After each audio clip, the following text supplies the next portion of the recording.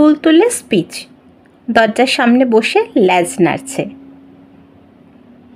প্রতিদিন রাতে আমার কিকো আমার দরজার সামনে বসে থাকে, অপেক্ষা করতে থাকে। তুমি কি দেখছো কিকো? কিকো আনন্দে লাফিয়ে ওঠে, গোল হয়ে ঘুরতে থাকে। ঠিক এমন সময় দরজাটা খুলে গেল নিজে থেকেই। তা দেখে আমার নিজের একটু অবাকই লাগলো। ক্যাচ করে খুলে যাওয়াটা একটু অস্বাভাবিকই ঠেকলো।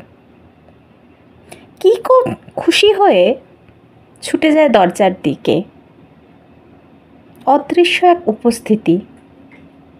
ঘর ঠান্ডা হয়ে যায়, পর্দা হালকা কাঁপতে থাকে অদৃশ্য বাতাসে। একটা ঠান্ডা হিমেল বাতাস বয়ে গেল। কিকো ছুটে গেল ল্যাজ নাড়তে নাড়তে কাদের দিকে? দরজার পাশ থেকে রাখা খালি চেয়ারটা যেন দুলে উঠল।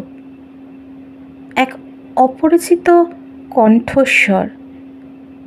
অপরিচিত নাকি আমি শুনেছি এর আগে?